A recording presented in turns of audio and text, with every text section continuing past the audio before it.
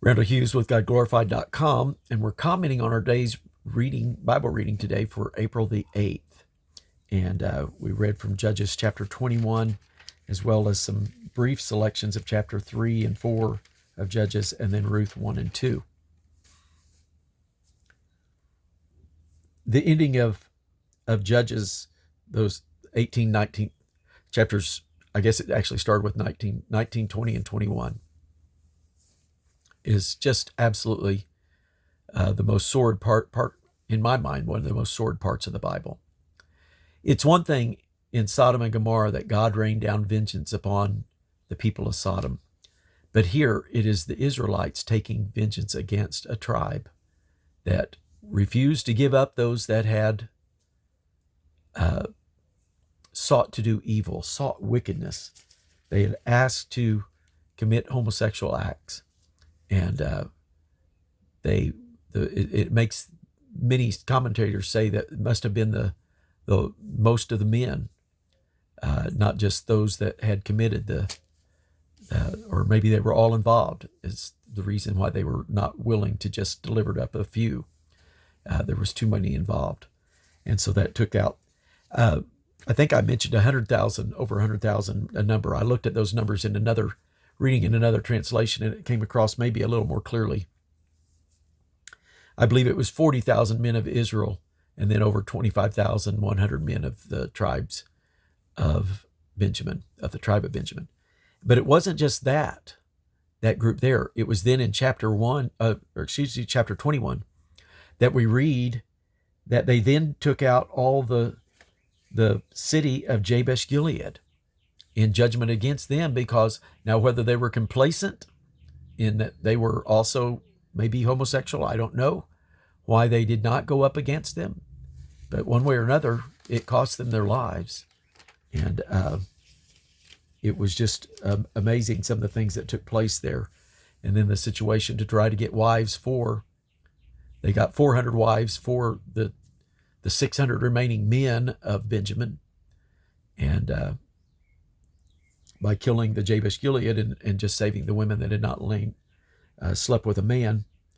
And then they had to figure out a way through coming up to the feast that they would allow another couple hundred women to be captured to be husband or wife to the husbands, the men of war that were remaining, the 600 men, the 200 that would have been left without a wife from the tribe of Benjamin.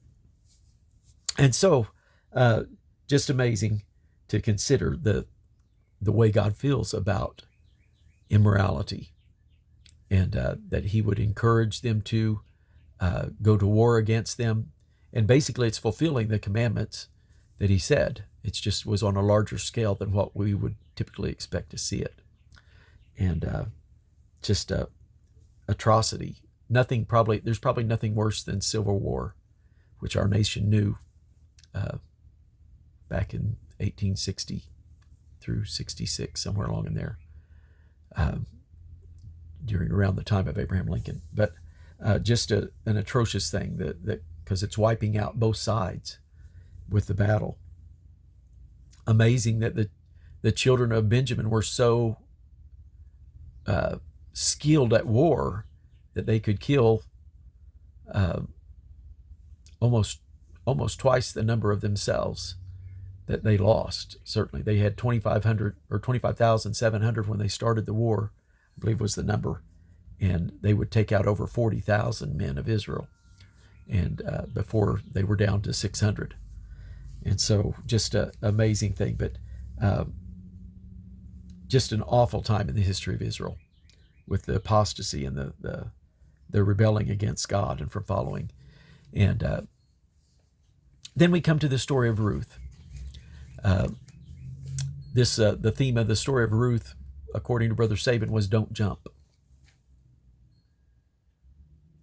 Notice, if you know any of the meanings of the names here, Bethlehem means house of bread. And so here there was a famine in the house of bread, so they left the house of bread to go to Moab. While they was in Moab, all the males that went died. And Naomi came back with just one daughter-in-law.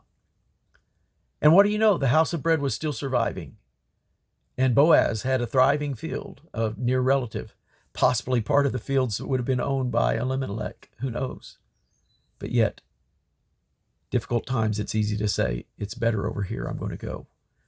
And so be mindful, seek the Lord, make sure that he's directing you and guiding you when you make your choices. And so we began to read. Of course, Ruth, the daughter-in-law, that the beautiful verse of chapter 1, verse 16, entreat me not to leave me, neither or to return from following after me. Just some beautiful words of commitment. Oftentimes we hear these, I know I've heard it and they've been shared at weddings. And Naomi changes her name to Mara, which means bitter, and said that the Almighty had dealt bitterly with her. In chapter 2, that's interesting in relationship to the divine name is in chapter 2, verse 4, you see a common greeting. Does not seem to be at a feast time, does not seem to be any reason they're not.